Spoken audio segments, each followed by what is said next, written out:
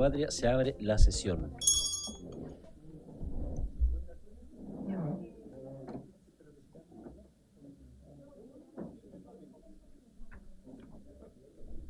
El acta de la sesión 143 se da por aprobada por no haber sido objeto de observaciones. El acta de la sesión 144 se encuentra a disposición de las señoras y señores. Gracias, señor presidente.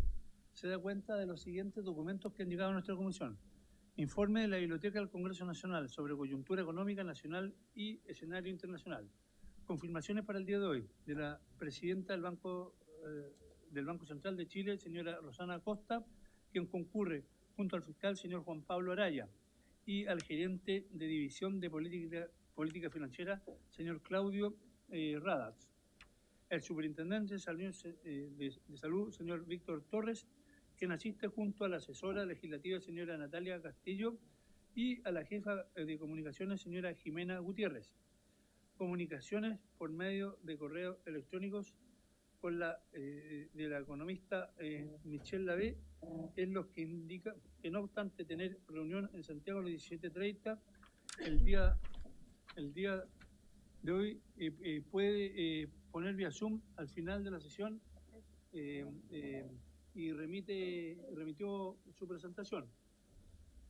El reemplazo para la sesión de hoy del diputado señor Roberto Arroyo al diputado señor Gonzalo Carrera, y reemplazo por la sesión de hoy de la diputada señora Daniela Chicardini a la diputada señora Ana María Bravo. Esa es toda la cuenta, estimado señor presidente. Sí, estimado secretario, ofrezco la palabra.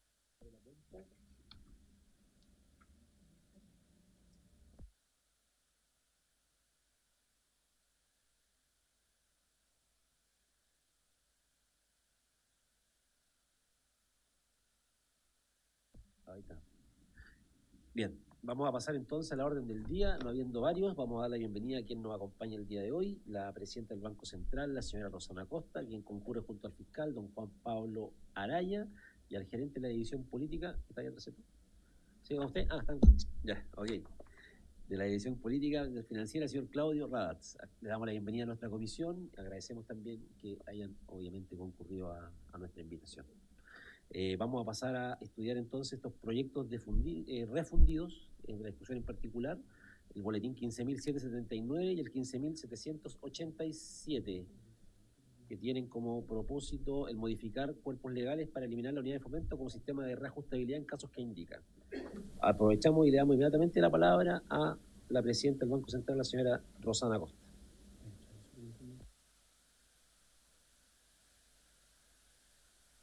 Muchas gracias. Muchas gracias, señor presidente, por su intermedio. También mi saludo a las señores diputadas y diputados presentes.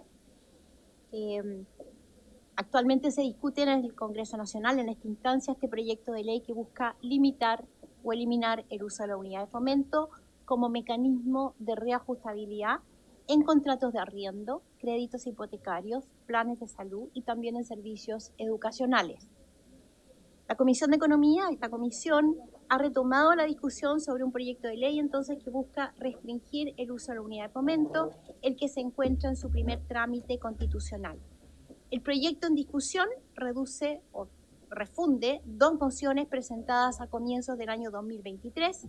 La primera, destinada a modificar distintos cuerpos legales para establecer los cánones o cobros que en ellas se estipulan deberán realizarse siempre en pesos, incluyendo la renta de arrendamiento de predios urbanos, los aranceles, matrículas y cualquier otro ítem de educación, la cotización para salud, créditos hipotecarios, créditos de contratos de salud y previsional, mientras que la segunda moción establece que los servicios educacionales no podrán ser pactados en UF, debiendo estipularse estos en moneda nacional.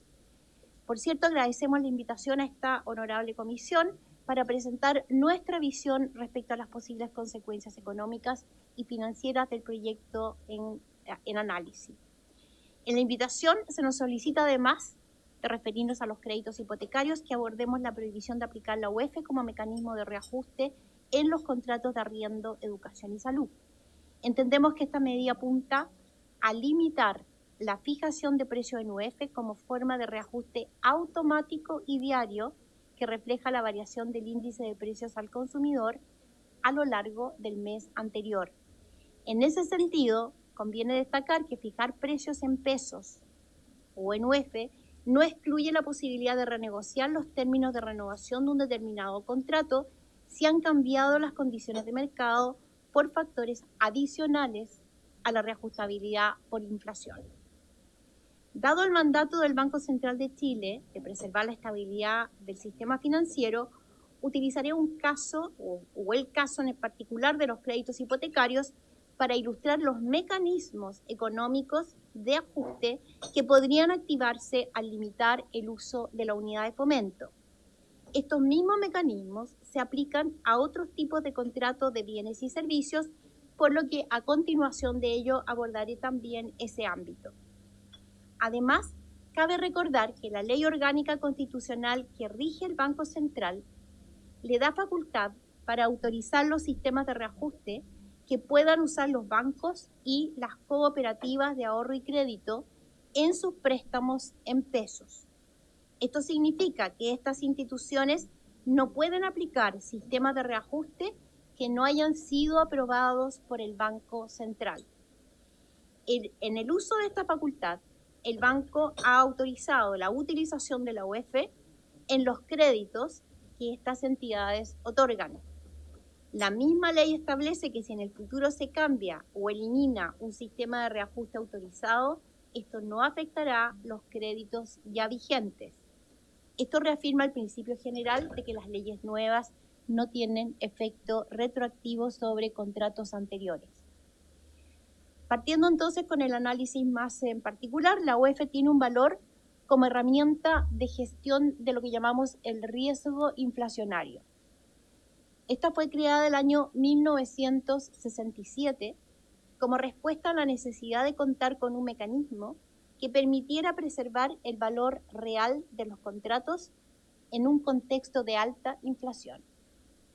Su diseño permite que los montos expresados en unidad de fomento mantengan su poder adquisitivo en el tiempo, al estar indexados diariamente al índice de precios al consumidor calculado por el Instituto Nacional de Estadísticas. De este modo, el emisor de un contrato en unidad de fomento se cubre del riesgo inflacionario especialmente relevante en contratos de más largo plazo. Limitar el uso o eliminar el uso de la unidad de fomento produciría ajustes en los mercados donde se aplique esta medida. En ausencia de la posibilidad de expresar estos contratos en unidad de fomento, los oferentes buscarían otras formas de cubrirse de este riesgo inflacionario. No obstante, es probable que dichas alternativas puedan o podrían ser más costosas para los hogares y, en consecuencia, reduzcan su acceso al crédito.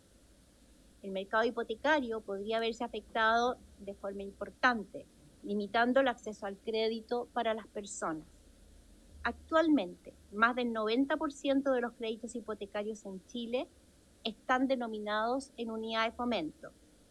Ello ha permitido ofrecer financiamiento a plazos de hasta 30 años con tasas reales más bajas y cuotas estables en términos de poder adquisitivo.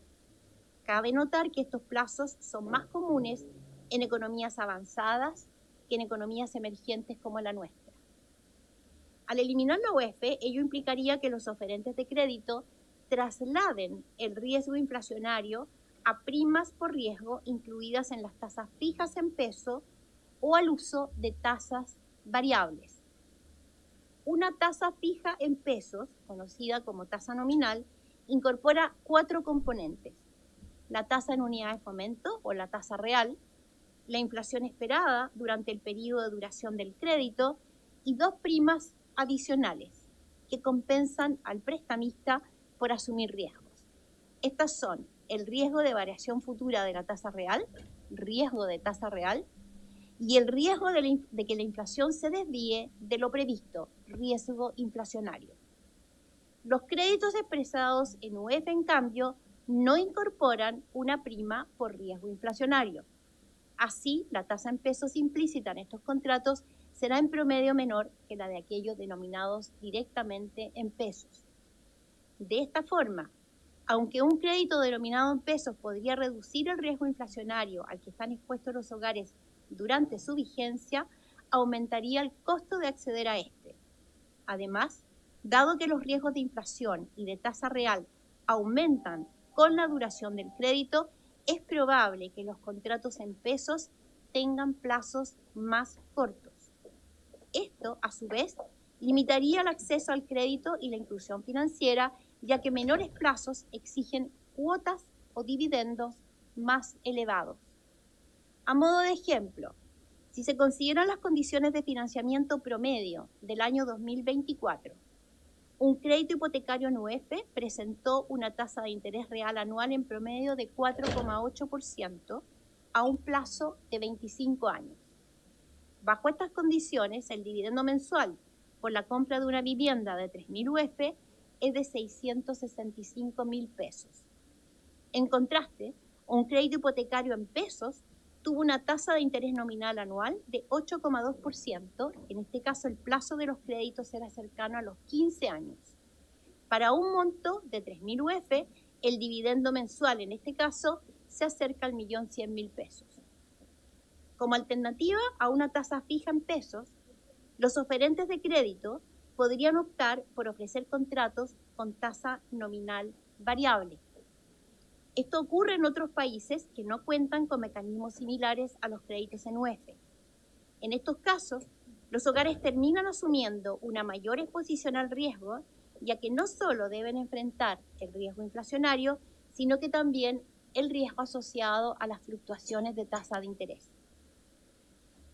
No es difícil pensar que los impactos serían especialmente significativos para las familias de ingresos medios y bajos que dependen de condiciones de financiamiento favorables para acceder a la vivienda propia. Similarmente, limitar el uso del UF en servicios como la educación, la salud o los arriendos podría traducirse en aumentos de los precios promedio y en una reducción de la duración de los contratos. Es importante que el análisis se haga cargo de aquellos efectos particulares de cada mercado y en algunos casos específicos de la regulación que ya existe y de su coherencia con las referencias introducidas en el proyecto. El costo de proveer un servicio por un periodo determinado, por ejemplo, un año, se ve afectado por la inflación a través del costo del crédito, los insumos y también la mano de obra. Este costo se traspasa siempre al usuario final de la misma forma que cualquier otro costo de producción. En aquellos contratos expresados en UF, los mayores costos derivados de la inflación se trasladan directamente al consumidor a través de la UF. En cambio, un contrato en pesos deja inicialmente este costo en el oferente, quien al igual que en el caso de los créditos hipotecarios, lo va a traspasar al usuario final mediante distintos mecanismos o combinación de ellos. Al fijar un precio en pesos de un servicio, el oferente no solo incorporará su estimación de la inflación durante la vigencia del contrato, sino también esta prima adicional que refleja el riesgo del error entre la estimación que haga sobre la inflación y la inflación que efectivamente ocurra. Este riesgo se incrementa con la duración de los contratos, lo que eleva el riesgo el costo adicional.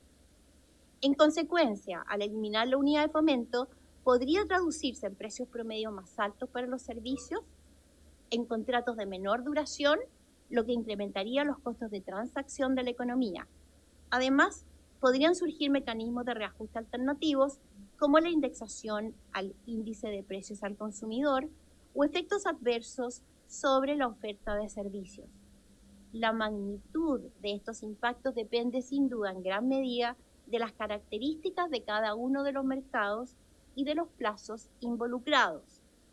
En resumen, la unidad de fomento ha sido una herramienta importante para el desarrollo financiero y económico de Chile, permitiendo la expansión del crédito de largo plazo, la profundización del mercado de capitales y la gestión del riesgo de inflación para los oferentes de crédito y servicio.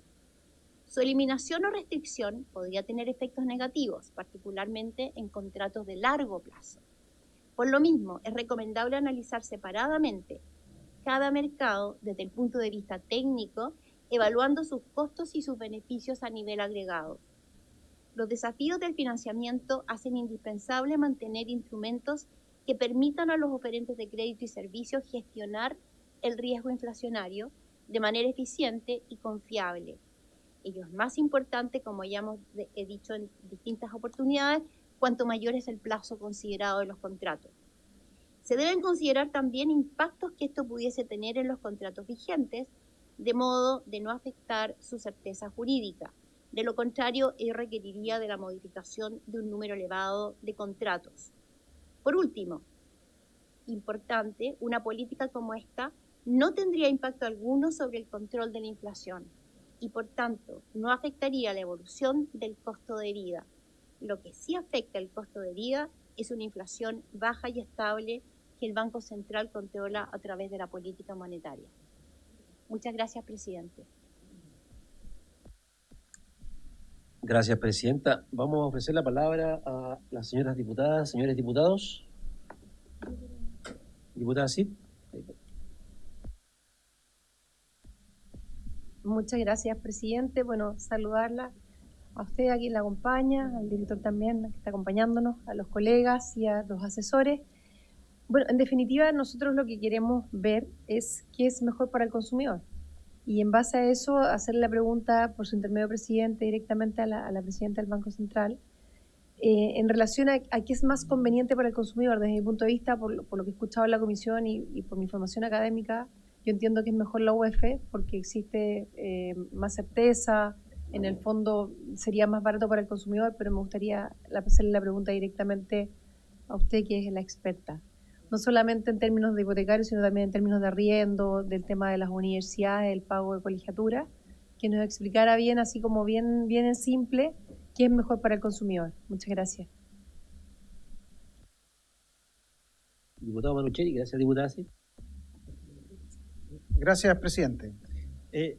Claramente, respecto de este debate, creo que se tiene que centrar para correcto orden en dos materias, en materia de contractual de largo plazo y materia contractual de corto plazo. Nosotros lo hemos sostenido que en materia de largo plazo nos parece razonable lo que se ha planteado por parte de los distintos órganos del mundo financiero y los distintos economistas. Sí tenemos reparos fuertes respecto de la conveniencia que puede hacer de utilizar la UF en los contratos de corto plazo. Y en ese sentido, creo que leyendo y escuchando las palabras también y leyendo el documento que se nos ha facilitado, creo que hay un problema respecto de una primera hipótesis, que es que esto afectaría, por ejemplo, en los arriendos, en UF afectaría, pasarlos a peso afectaría las tarifas. Lo mismo en materia educacional. Pero la verdad es que el sistema ya funciona mayoritariamente en pesos. La excepción que nosotros vemos son los cobros en UF. Tuvimos la semana pasada al presidente de las universidades estatales, que señaló que efectivamente ellos mayoritariamente hacen sus cobros y sus aranceles en pesos. Entonces, evidentemente, eso no ha generado un descalabro ni tampoco una materia que uno diga, mire, o sea, quiero graficar que ya hay un mercado que funciona en pesos y que no implica un descalabro económico. Mi pregunta es relacionada también a la conveniencia o no conveniencia de tener una economía altamente indexada. ¿Qué es lo que sucedería si, por ejemplo, claro, en opinión de algunos, es más conveniente la UF, cobrar en UF, porque alguien pudiese concluir, después de todo este debate, que cobrar en UF no tiene ningún problema, sino que es algo beneficioso para la gente cobrar en UF, y todo el mundo empezar a cobrar en UF? ¿Cuál es el efecto para la economía que pudiese tener si nosotros empezáramos a cobrar todo en UF? Ya, diputado Manucheri, diputada Flor Weiss. Gracias, presidente. En relación a los plazos, precisamente, porque esto se entiende que la UF en el largo plazo nos da esta estabilidad, y precisamente al ser el cambio a pesos, solo que quisiera preguntar a la presidenta del Banco Central, por su intermedio, presidente, ¿cuánto es lo que se estima que aumentaría este costo de riesgo inflacionario? Que uno de los componentes de los costos, uno es la inflación, la prima, el costo del dinero, otra, pero el costo, el riesgo inflacionario, que bien lo señaló usted, ¿a cuánto aumentaría entonces el costo de un crédito, de un pago? En el más corto plazo me imagino que aumenta más, aumenta cuánto se estima, a un 100%, a un 50%, a un 30%, cuánto de lo que actualmente son los costos de préstamo, de prestaciones, o costo del dinero, que tiene varios componentes ahí, pero un poco, ¿cuál sería el efecto, a juicio de lo que yo entiendo? Usted está planteando que es conveniente, o sea, yo lo veo así como mantener la UEF por todos los otros riesgos que hay, pero ¿cuánto sería el efecto de ese impacto en el costo de las prestaciones y servicios, o sea, en salud, en educación, en arriendo, en crédito hipotecario, que es el más relevante también? Gracias, presidente. Gracias, diputadas, diputados. Señora Presidenta, le damos la palabra.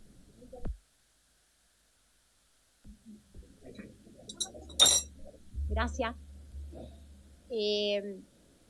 Sin duda que lo que estamos buscando es facilitar o beneficiar al consumidor. Es lo que está y lo que subyace detrás del objetivo de la propuesta y de las dos mociones que se responden en este proyecto. También comparto, y fue lo que está en la presentación previa, hay sin duda una diferencia entre los efectos de los contratos de corto plazo y aquellos que son de largo plazo. El proceso, este riesgo inflacionario es acumulativo y por lo tanto a mayor plazo el costo, el riesgo que se va acumulando y que se va traspasando por lo tanto a costo de producción y luego a los consumidores va creciendo con el plazo. ¿Y cuál es la reacción que se tiene frente a este riesgo que va creciendo? Bueno, o se aumenta el precio, o se acortan los plazos de los contratos, o se restringe parcialmente la oferta, que es otra de las potenciales reacciones que puede haber. Mientras menor es el plazo, las reacciones son menores, el riesgo es menor, por lo tanto, el costo de producción es menor y el traspaso que se hace a los consumidores es menor. ¿Qué es lo que hace la UEF? La UEF incorpora inmediatamente en el precio el costo inflacionario.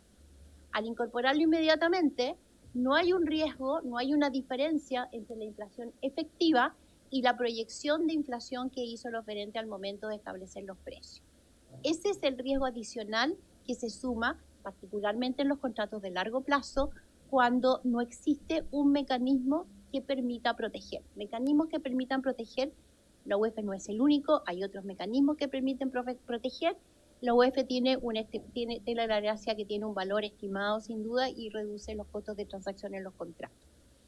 Ahora, también dijimos, cada uno de los mercados tiene sus particularidades al hacer el análisis. Hay mercados que son regulados, hay mercados que son regulados por determinadas características del producto y por lo tanto es un elemento que también debiera conversarse con cada uno de los sectores que están detrás de la regulación correspondiente. ¿Qué pasa en una economía indexada? La verdad es que el verdadero problema que hay detrás, tanto de la UEF o de la necesidad de protegerse, como el problema que hay detrás de la indexación propiamente tal en las economías, es que son economías que no tienen una inflación baja y estable.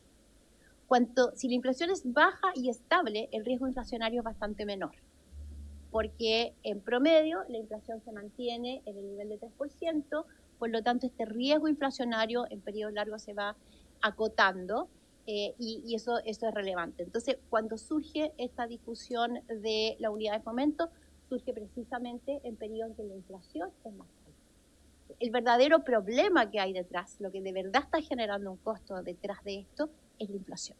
Ese es realmente el elemento que está detrás.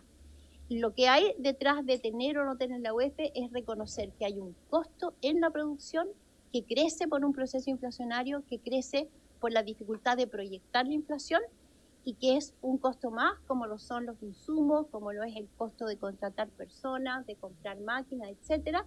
Y hay dos formas de traspasarlo, o se hace directamente a través de un precio indexado o se hace indirectamente por la vía de subir el precio que inicialmente se oferta para compensar por el riesgo que se va a asumir después y por la inflación que viene después, o Si se trata de un contrato de mediano o largo plazo, acortando los plazos contractuales, debiendo renovar más seguido el contrato de manera de ir acortando los riesgos involucrados o eventualmente restringiendo la oferta. Cada mercado tiene su particularidad, el oferente que está detrás tiene su particularidad y es importante también hacerse cargo de las realidades de cada uno de los mercados.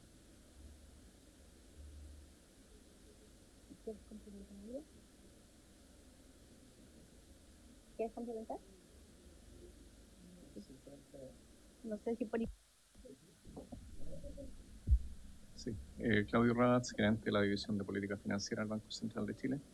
Por su intermedio, presidente, solo para complementar la respuesta dada por la presidenta del Banco Central, en respuesta a cuánto sería el costo, el ejemplo que presentó la presidenta del caso de un contrato hipotecario muestra que las diferencias de costos son importantes.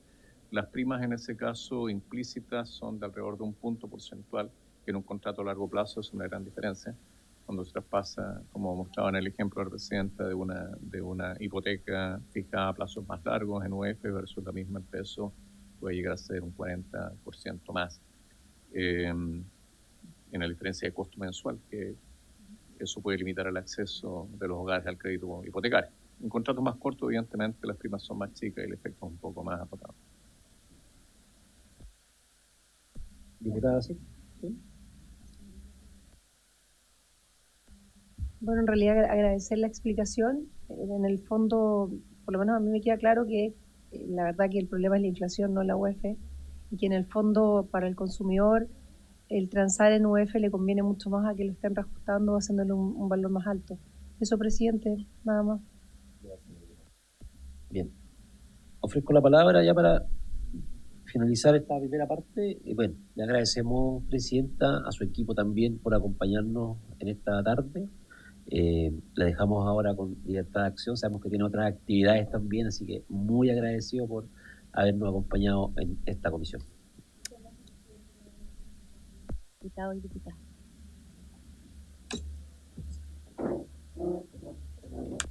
Bien, vamos a aprovechar la oportunidad de darle la bienvenida al diputado Boris Barrera, que se reintegra después de haber pasado por un tema bastante serio de salud. Así que, diputado Barrera, bienvenido nuevamente a nuestra comisión.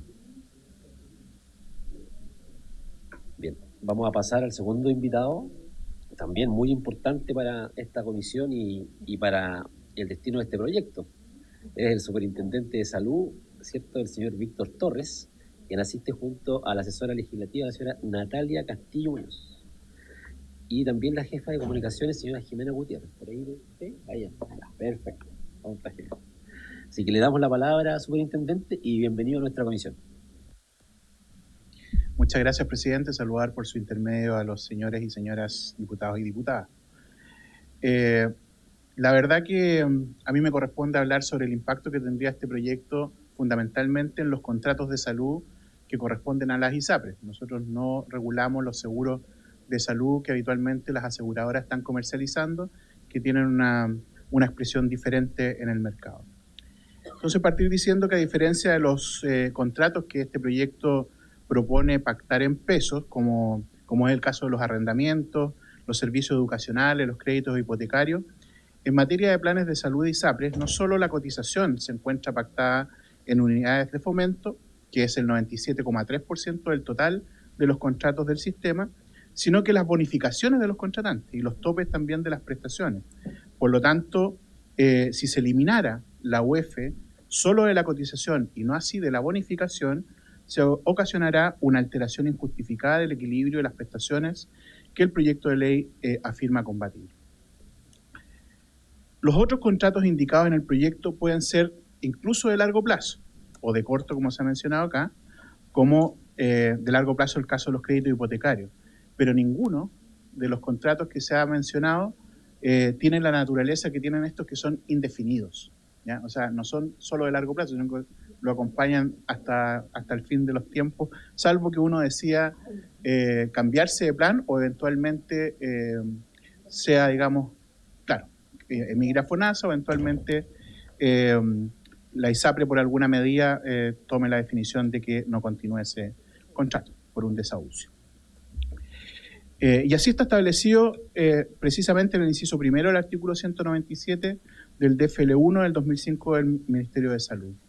Por lo tanto, si se elimina la UEF, se pierde de alguna forma un mecanismo muy valioso para poder dar sustentabilidad a estos contratos en el tiempo y de alguna forma vulnera también los objetivos de la ley 21.674, que es la ley corta que discutimos ya hace un tiempo acá en el Congreso. Lo expuesto ciertamente incidirá en una mayor volatilidad de los precios, ya que se trata de contratos que pudieran extenderse durante todo el curso vital y sin reajuste automático, según IPC, los precios podrían ajustarse de forma irregular dependiendo de decisiones internas de cada ISAPRE o eventualmente una regulación que pudiera imponer la superintendencia, pero que hoy día no tiene ningún tipo de respaldo legal.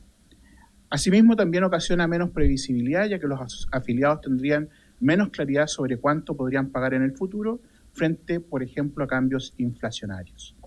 La normativa que regula el sistema de ISAPRE siempre ha reconocido que el aumento de los costos de la salud es superior al valor del IPC. Por tanto, aún encontrándose pactado en UEF, los contratos anualmente son susceptibles de adecuarse conforme al mecanismo establecido en el artículo 198 del DFL1 del 2005. Tal es así el efecto que si nosotros revisamos lo ocurrido en el año 22 y 23, si mal no recuerdo, a propósito de la eliminación de la adecuación precio-base durante 2 años, el sistema acumuló 300.000 millones de pesos de pérdida y que fue el inicio de la situación más compleja que el sistema sufrió en el último tiempo, previo a las sentencias de la Corte Suprema. Para intentar otorgar una base técnica y fijar un tope máximo para este aumento, la Superintendencia desde el año 2011 ha elaborado instrumentos de medición. En primera instancia se diseñaron 11 índices IRSI. Durante el año 2020 se incorpora el IRCSA y luego, mediante la Ley 21.350, se dio reconocimiento legislativo al índice de costos de la salud. Por lo tanto, hoy día, si sumamos eso también a la ley que establece la verificación de alzas por cada una de las ISAPRE, el alza de los precios bases es una alza regulada. Esa es una segunda diferencia respecto también de otros contratos. Por lo tanto, al eliminar la UEF de las cotizaciones y no sustituir por otro mecanismo de reajuste, ello llevaría a una redefinición de la metodología de cálculo, por ejemplo, del índice de costos de la salud, ya que los índices que lo comprenden conforme a la norma técnica se deben corregir por IPC y tales correcciones obran sobre un precio base que en el 97,3% ya se encuentra pactado en UEF. Que la cotización de salud no solo se compone de un precio base pactado en UEF, sino también de otros ítems que también se comportan en el alza regulada de manera distinta, como es el caso, por ejemplo, de las primas de menores de 2 años, la prima pactada en los planes de pago y ajuste, y en el caso de la prima GES, que tiene una reajustabilidad, gracias a la ley corta, hoy día regulada, cada 3 años. Uno de los argumentos que hemos sostenido para que dichas primas no se incorporen precisamente a los procesos de adecuación de precios y que se describen en las resoluciones vinculadas en la circular IF número 493 es el hecho de encontrarse pactada en UEF, fundamento que desaparecería con este proyecto de ley y por tanto podrían terminar incluyéndose estas primas de menor de 2 años y también la prima extraordinaria finalmente a las adecuaciones anuales, lo que sería más perjudicial para las personas. Lo que mencionaba recién, el precio GES conforme al artículo 206 del DFL1 se puede pactar en moneda de curso legal, pero también se indica que puede ser en UEF, lo que ha sido la unidad habitual en este precio, fundamentalmente respondiendo al hecho de que las prestaciones están pactadas también en UEF y si no se igualan las unidades sobre las cuales se calcula el precio, finalmente se podría generar un desequilibrio. El proyecto de ley no deroga la UEF en esta materia, pese a que el precio GES forma parte de la cotización de salud. Por tanto, dicha indefinición afecta la verificación del precio GES que va a partir desde este año cuando entre en vigencia el decreto que aún no ha sido publicado, pero ya fue anunciado por el presidente de la República. La redacción del proyecto de ley tampoco incorpora el grupo de planes cuya cotización se financia, por ejemplo, mediante el 7% de la remuneración del afiliado, y no una suma fija en pesos como se desprende de este proyecto. Por lo tanto, también se generaría una situación, a nuestro juicio, compleja. Que los planes de salud expresados en pesos tienen un reajuste anual, aquellos que existen y que no son parte del 97,3, cuyo índice de variación y la fecha de su aplicación se consignan directamente en el plan de salud complementario. Sin embargo, si esta normativa se aplicara al stock completo de planes vigentes que originalmente se pactaron en UF y por tanto no cuentan con tales índices, resultaría complejo para la superintendencia poder incorporar mecanismos de reajuste, ya que se alegaría la intangibilidad de dichos contratos y la vulneración de derechos adquiridos. Y finalmente, de no establecerse el efecto sobre el equilibrio del sistema, podría este ser negativo de manera relevante, como lo ha ocurrido ya en algunos años anteriores. Eso, presidente, en términos generales. Gracias, superintendente. Ofrezco la palabra, diputadas, diputados. Ofrezco la palabra una vez más. Bien. Superintendente, fue muy claro. Quedamos, yo creo, los diputados estuvimos bastante atentos a bastante atentos a su presentación, así que le damos las gracias también por habernos acompañado en nuestra comisión. La verdad que fue bastante instructiva, así que muchas gracias. Gracias, Víctor. Bien, vamos a pasar a... ¿Está en Zoom? Perfecto. Nuestra próxima invitada es la economista, la señora Michelle Lavé, quien está conectada por Zoom. La señora Michelle, le damos la bienvenida a nuestra comisión y le damos la palabra para que pueda compartirnos su opinión con respecto a estos proyectos.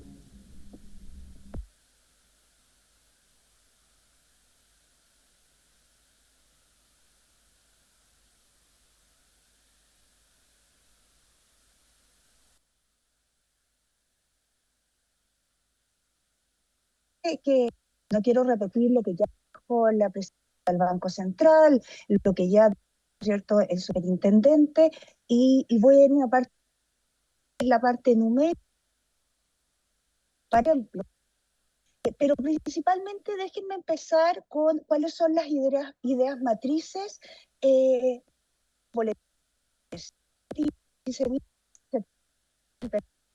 Lo que es que hay una diferencia entre obligaciones que están en UF, que van y las obligaciones, ¿no es cierto?, que tienen las personas que ganan en pesos y que por lo tanto tienen la capacidad para pagar en UF, y justamente que se esto en una notoria simetría que solo beneficia al proveedor de servicios. Y de ahí a que se proponga que estas referidas obligaciones se establezcan en moneda nacional. El boletín 15.787 dice más o menos lo mismo, solo se refiere a los establecimientos educacionales, pero en el fondo está diciendo lo mismo, que en el fondo se ha cobrado en pesos. Y para entender esto, veamos qué es lo que está pasando con los salarios en Chile, la percepción que tenemos versus la realidad. El proyecto de ley dice que hay que regular el cobro para que se realice en pesos y no en UF, dado que la mayor parte de las familias en el país recibe su sueldo en pesos y no en UF, lo cual es cierto. No es requisito que los salarios se ajusten en UF, en eso es toda la razón. La evolución de los salarios promedio en Chile desde el año 2010, con información que está pública en la página web del Banco Central. Fíjense ustedes, si el salario fijo, yo dije en 100 para que sea un número fácil de seguir, ¿no es cierto? Pues si fuera 100, claro, efectivamente, y hacemos el índice de quiere emitir ahí, dice de inflación, claro, efectivamente, cuando el salario fijo no sube, pero lo cierto es que los salarios no son. El hecho de que los salarios estén denominados en no significa que los salarios sean fijos. De salario promedio en Chile que estima el Instituto y el PASTRA, los salarios nominales mucho más de subido la inflación y por lo tanto la idea de que no podemos cobrar en UF porque el pago de los salarios en pesos y por lo tanto no se ajusta, tiene un error de base porque los salarios no solo se ajustan más que la inflación y por eso se habla del salario real. El salario real es el salario sobre la inflación. De hecho, veámoslo, porque uno diría, bueno, puede ser que en el largo plazo esto suceda, pero no todo. Vamos por año. ¿Qué pasó el año 2010? La inflación fue 3%, pero los salarios nominales promedio en Chile subieron 4,7%. Y por lo tanto, los salarios reales subieron 1,7%. O sea, los salarios subieron 1,7% más que 2011. Lo mismo, la barrita azul es mayor que la barrita o más grande que la barrita roja, 6,3%.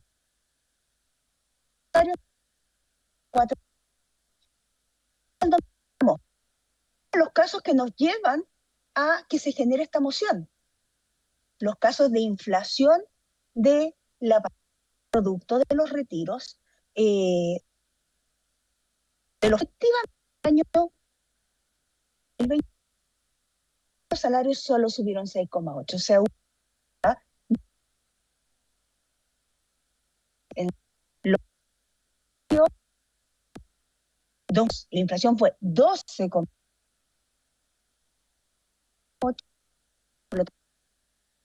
En promedio 1,7%. Pero eso es solo porque las inflaciones fueron inesperadas, ¿no es cierto? Y provienen de una fuente externa que son los retiros de los fondos de pensiones, y ya se reversaron.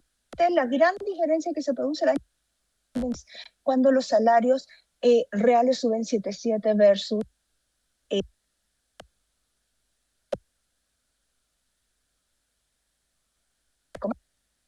el año 2024 y el año 2025 a la fecha vamos más o menos en lo mismo. Por lo tanto, ¿qué es lo que tenemos? Si vemos el periodo completo,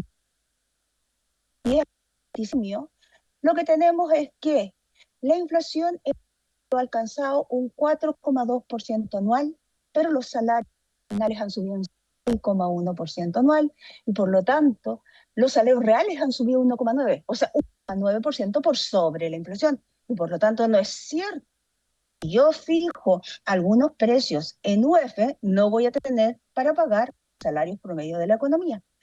Veamos el caso pandemia. A partir del 2020, la inflación, claro, se nos escapó, 0,1%. Pero la evolución de los salarios nominales fue 7,4%. Entonces, aun cuando se escapó la inflación, los salarios reales crecieron menos, pero siguieron creciendo por sobre la inflación en 1,3%. Ahora podrían decir, bueno, pero esos salarios promedio probablemente se basan en los salarios más altos de la economía. ¿Qué pasa con la gente que es más pobre? Bueno, pasa un poco lo mismo. Me salté esta parte. ¿Cuál es la conclusión de lo que vimos? Efectivamente, las personas asalariadas obtienen ingresos en pesos frente a obligaciones establecidas en unidades de fomento. Eso es cierto. Pero el que los salarios se denominan en pesos no significa que varíen menos que la UEF. De hecho, lo que acabo de mostrarles es que varían por sobre la UEF.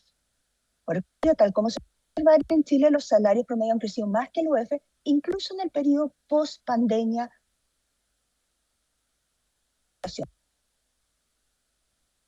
La cual se construye estas mociones, que es que existe una asimetría en contra de los trabajadores, no existe, no es cierto. El salario mínimo, ¿qué pasa con los trabajadores más pobres? Bueno, volvamos a cuál es el supuesto o la idea matriz detrás de ambos proyectos de ley que están fundidos. Regular el cobro, realiza en pesos y no en UF, dado que la mayor parte de la familia recibe su sueldo en pesos. ¿Qué ha pasado con el salario en Chile? Supongamos este mismo salario fijo que hablamos recién, el salario es el mismo que vimos, pero ahora en vez de poner el salario promedio de la economía, veamos cómo evoluciona en términos nominales. Y lo que podemos ver es que el salario mínimo nominal se va reajustando en periodos fijos y por eso esto es una escalera periodos fijos igual superan con creces y aún más que lo que supera el salario promedio de la economía. O sea, los salarios mínimos han subido que el salario promedio de la economía. Si vemos el ejercicio que hicimos previamente, no voy a ir año por año porque es muy lento, pero si hacemos el periodo 2010, la inflación habría 4,2, lo mismo que habíamos visto antes, pero los salarios mínimos nominales variaron 7,9%. Por lo tanto, el salario mínimo real se incrementó en 3,6% anual durante todo el periodo 2010-2025. Y si vemos el periodo inflacionario, la inflación que alcanzó 6,1%, el salario mínimo se ha incrementado en 11,2%. Por lo tanto, este salario mínimo real, que el promedio de la economía era 1,3, es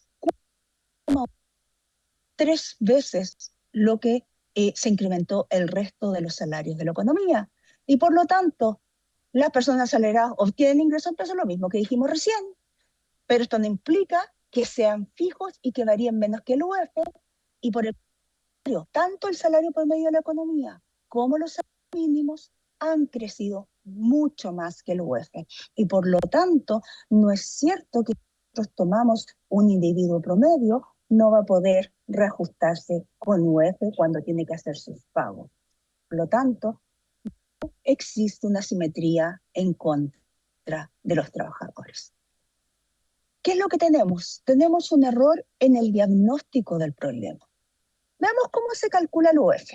No quiero aquí enredarlo, solo les quiero decir que el reajuste diario de la UF es la inflación, uno agarra la inflación y la divide el número de días al mes. Eso es en el fondo. Por lo tanto, hagamos un ejercicio. Si el valor de la UF fuera 40.000 porque es fácil hacer el cálculo, el 31 de agosto del 2025, y la inflación de agosto fuera 0,4. No estoy diciendo que vaya a ser 0,4. Esto es solo un ejercicio. Entonces, el resto de la UF en el mes de septiembre, porque esto es el valor de la UF para septiembre, que se calcula con el valor de la inflación de agosto, sería esta ecuación. Y lo que dice que este 0,4 se divide en los 31 días y me queda 0 más. El valor de la UF, que era 40.000 el 31 de agosto, va a ser 40.005 pesos el 1 de septiembre. Así es como se calcula la UF. ¿Por qué les estoy diciendo esto? ¿Por qué tienen que saber ustedes cómo se calcula la UF? Porque, ¿qué es lo importante de entender cómo se calcula la UF? Que podríamos calcular cuánto daría la UF si la inflación fuera 0. Es decir, si en vez de poner el 0,4% que pusimos en el cálculo anterior, pusimos 0. Bueno, el reajuste diario de la UF es 0. O sea, si la inflación es 0, el reajuste diario de la UF es 0. Y por lo tanto, lo que esto dice es que si la inflación fuera 0, la UF no subiría. Y por lo tanto, el valor del dividendo que yo pago, que todos pagamos, no subiría. El valor de la cantidad de leche que pagamos no subiría, y así sucesivamente. Entonces, lo que tenemos que entender es que el problema no es la UF. De hecho, el tema de la UF sale a reducir cada vez que la inflación es alta. Y esto es exactamente lo que dijo la presidenta del Banco Central. El problema no es la UF, porque si la variación de la inflación es 0, la UF se mueve 0 y a nadie le molesta la UF. Y esto se lo digo porque anoche tenía niños con fiebre. Si mis hijos tienen fiebre, la solución no es romper el termómetro, ¿no es cierto?, para hacer como que no existe la fiebre, no ver cómo bajamos o controlamos la fiebre. La solución es eliminar la UF para determinadas transacciones. La solución es bajar la inflación para que la UF sea de forma leve. Si rompo el termómetro, la inflación puede empeorar. ¿Por qué? Porque no voy a saber cuánta fiebre tienen los niños. Si elimino las transacciones, esas transacciones estarían sujetas a mayor incertidumbre del Banco Central. Confianza en los contratos. Eso sí cobraría lo que podría llevar a un aumento de los créditos hipotecarios, un aumento en el costo de los arriendos, un aumento en el costo de las de colegio, entre otros. Muchísimas gracias. Gracias, Michelle. Ofrezco la palabra a diputadas, diputados. Diputada, sí. Muchas gracias, presidente. Más que nada pedirle la palabra para saludar a Michelle, agradecerle su presentación. Como siempre, muy clara en la explicación y agradecerte, Michelle, que nos hayas venido a explicar que en realidad el problema es la inflación y no es la UEF. Así que muchas gracias, solamente eso. Tabaice. Agradecer también la exposición muy ilustrativa y lo que hemos planteado hace rato ya, que el problema precisamente es la inflación, esa es la enfermedad.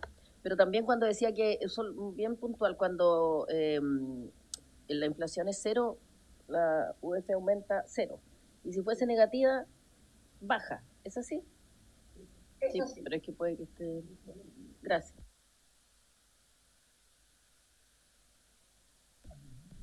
¿Alguien más? ¿Por la palabra? Diputado Manu.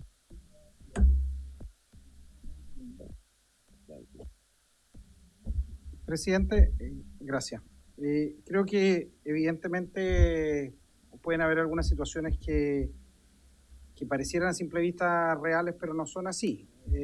Una de ellas es efectivamente el reajuste de los salarios y por qué la UEF se pone como un mecanismo de cobro, y cuando se señala que los salarios también aumentan, hay un punto de fondo que yo creo que es importante señalar, que la UEF aumenta a diario y los reajustes de los salarios no son a diario.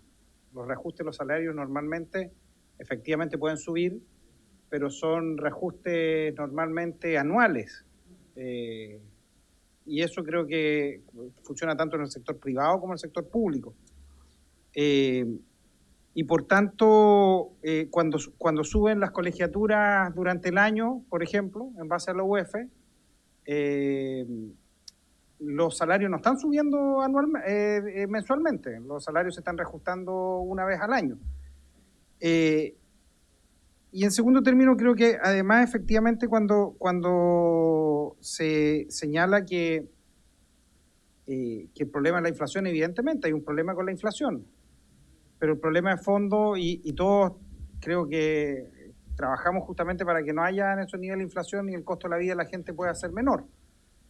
Pero lo que nosotros estamos justamente tratando de discutir es que a la gente no se utilice un mecanismo que es un mecanismo de medición como un mecanismo de cobro en diversas instituciones del Estado. Ya lo señaló recién el Banco Central, fue bastante claro que había que separar los contratos de largo plazo, que parece todo atendible, a poder regular los contratos de corto plazo. Y esto no son materias que sean ajenas en la legislación comparada. En muchas legislaciones comparadas inclusive están reglados los reajustes, la posibilidad de los reajustes en determinados contratos como los contratos de arriendo, y cuándo es posible y en qué parámetros se pueden hacer esos reajustes, porque evidentemente son mercados que afectan la vida de las personas y que tienen ciertas distorsiones. Nosotros ya lo vemos en nuestra realidad nacional, vemos que ya, por ejemplo, el tema de los arriendos no es ya solo el arrendador que tiene 1 o 2 departamentos, sino que hablamos de inmobiliarias que tienen edificios completos que están arrendando. Entonces, evidentemente, eso implica otro nivel de control sobre este tipo de productos o servicios que se le entregan a la gente. Yo creo que por lo demás, cuando se plantea que generaría incertidumbre, o sea, ya como bien recién conversamos con el Banco Central, ya hay contrato en pesos. O sea, en arriendos ya hay contrato en pesos, en colegiaturas hay contrato en pesos, en aranceles universitarios hay contrato en pesos, y la verdad es que eso no genera un descalabro en la economía, ni un alza de precios, ni nada de eso, sino al contrario, genera condiciones de mayor justicia para los usuarios. Eso, presidente, gracias.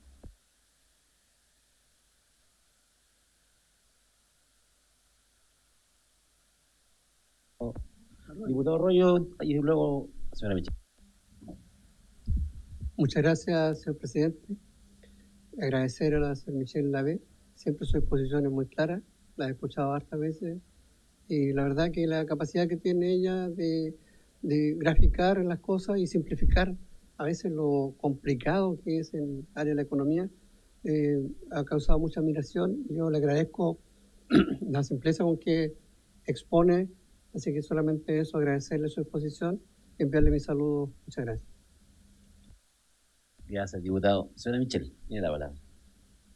Presidente, muchas gracias. A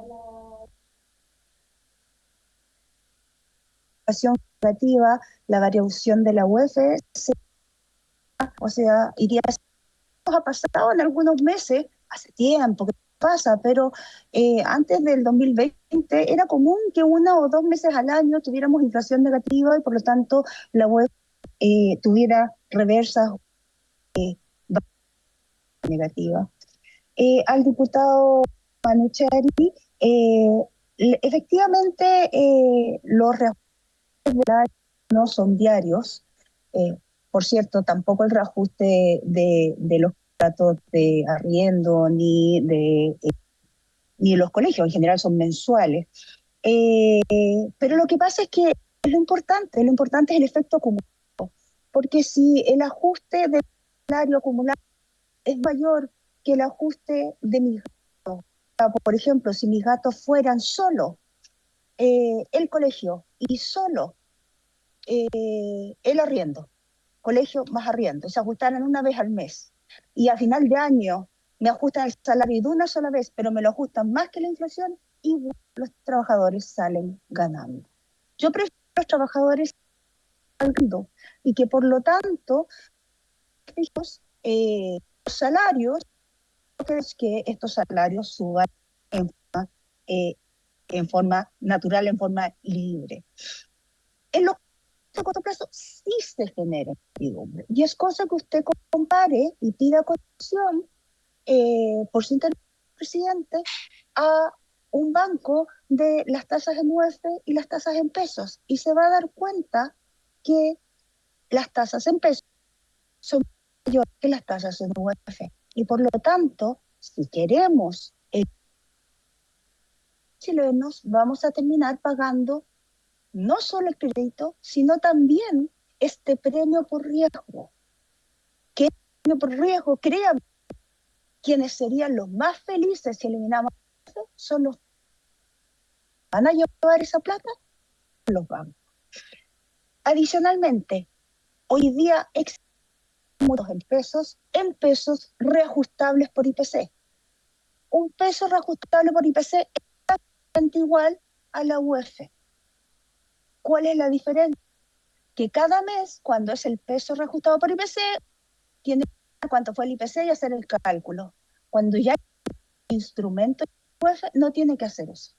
Automático, porque ya sabe que es en UF. Pero es exactamente lo mismo. Diputado Arroyo y a la diputada, muchas gracias por sus comentarios. Diputado, el micrófono. Presidente, creo que es un error afirmar que es exactamente lo mismo. Cuando los contratos en las universidades, por ejemplo, si se cobran 2 millones de pesos de arancel durante todo el año, evidentemente no es lo mismo que a final de año pueda existir un reajuste en base al IPC, que se haga un reajuste a diario que se traduce en un pago mensual. Evidentemente nosotros, yo creo que no, a mi juicio no es lo mismo una situación con la otra. Y nosotros lo que ya estamos en este periodo discutiendo, yo pediría también que para los próximos invitados que podamos tener también, para no darnos vuelta en situaciones que creo que en la comisión tenemos bastante zanjadas, es que podamos centrar la discusión en los contratos de corto plazo, porque evidentemente es ahí donde podemos tener ciertas discrepancias en la discusión en particular, porque los contratos de largo plazo ya hemos tenido cierto consenso en esta comisión, lo hemos expresado prácticamente todos los miembros de la comisión.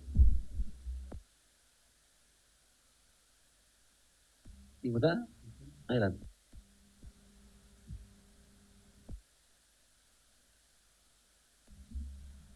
A ver, ¿se escucha? Sí. Gracias, presidente. Lo hemos visto con Michelle, de hecho, en otras discusiones televisivas, y entendemos también cuál es su posición. Pero en este caso, la invitación, ¿no es cierto?, a la comisión tiene que ver también no solo ya ahondar más de lo que se ha explicado con respecto, ¿no es cierto?, a la aplicación de la UEF en ciertos contratos y probablemente miradas, ¿no es cierto?, que van en una línea crítica que tiene que ver con esta típica analogía del termómetro, ¿ya?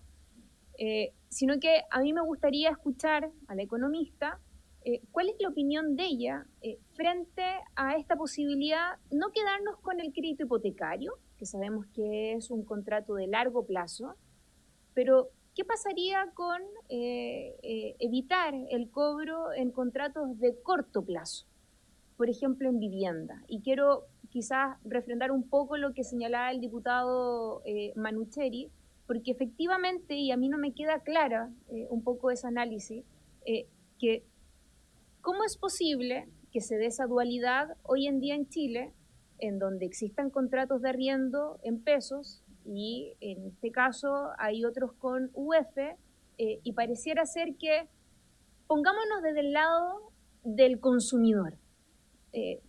Pongámonos del lado, ¿no es cierto?, de aquellas familias que cuadran su caja de acuerdo a la realidad mensual, que es un sueldo en pesos, y que a fin de año, efectivamente, uno tiene la posibilidad de decir, si me van a hacer el reajuste del IPC para el próximo año y me va a subir, no sé, 20.000 pesos más la mensualidad, eso me puede permitir a mí, como chilena, decir, ¿me mantengo con este arriendo o me puedo, ¿no es cierto?, cambiar para adecuarme, ¿no es cierto?, a la realidad?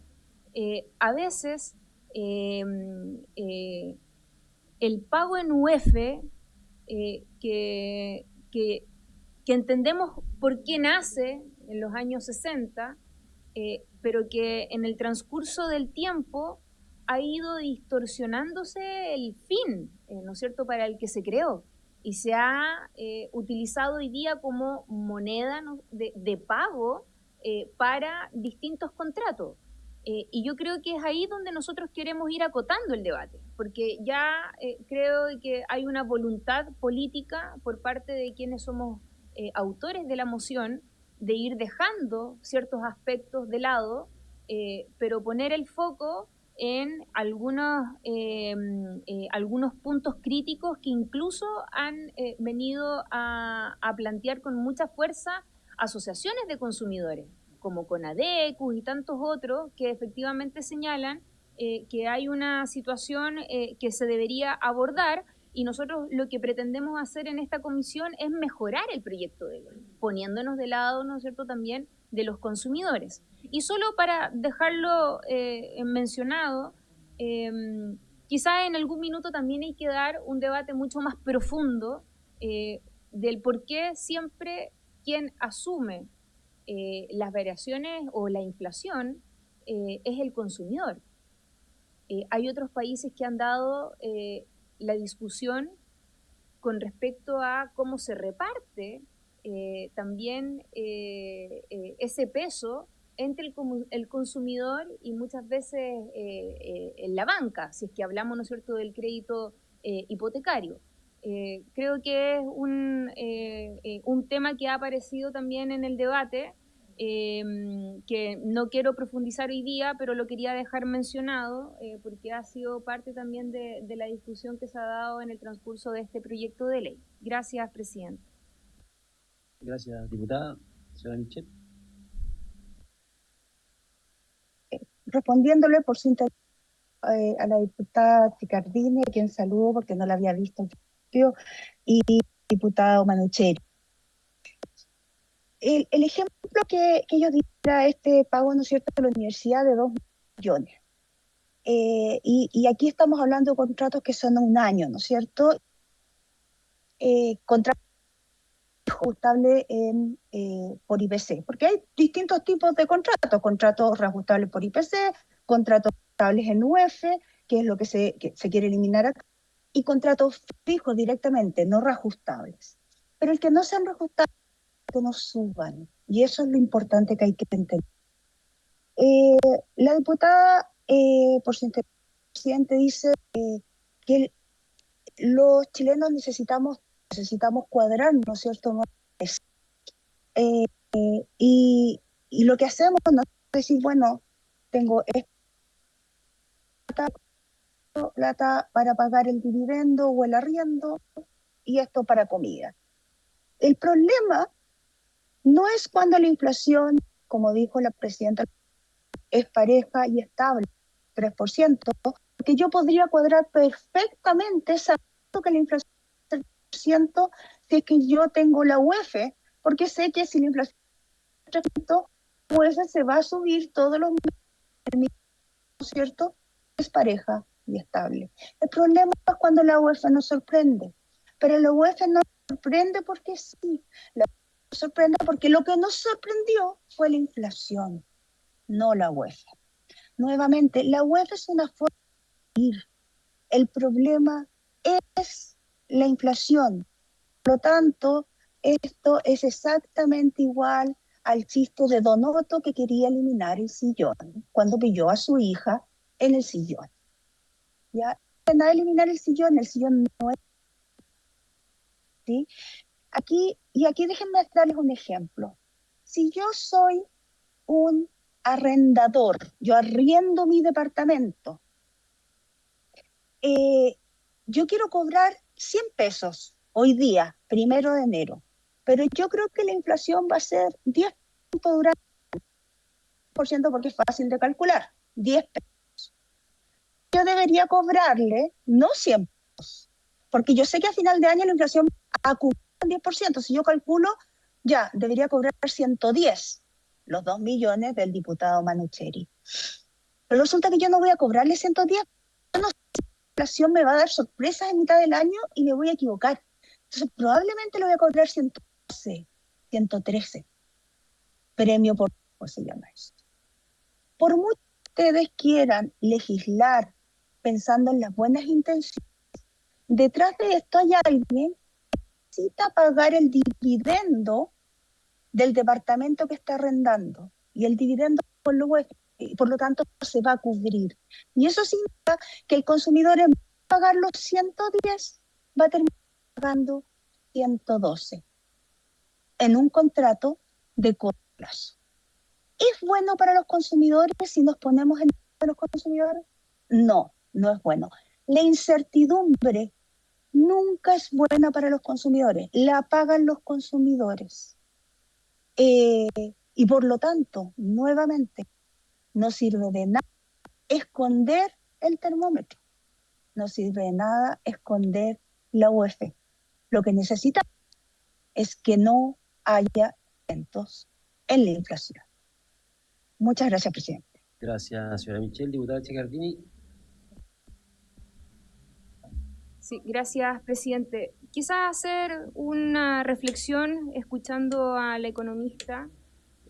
Probablemente siempre vamos a tener miradas distintas porque nuestros intereses están ubicados en distintos espacios. Yo defiendo los intereses de los consumidores, hay quienes defienden, ¿no es cierto?, los intereses probablemente de un mercado, el mercado inmobiliario, pero en realidad creo que ese no es el foco de la discusión.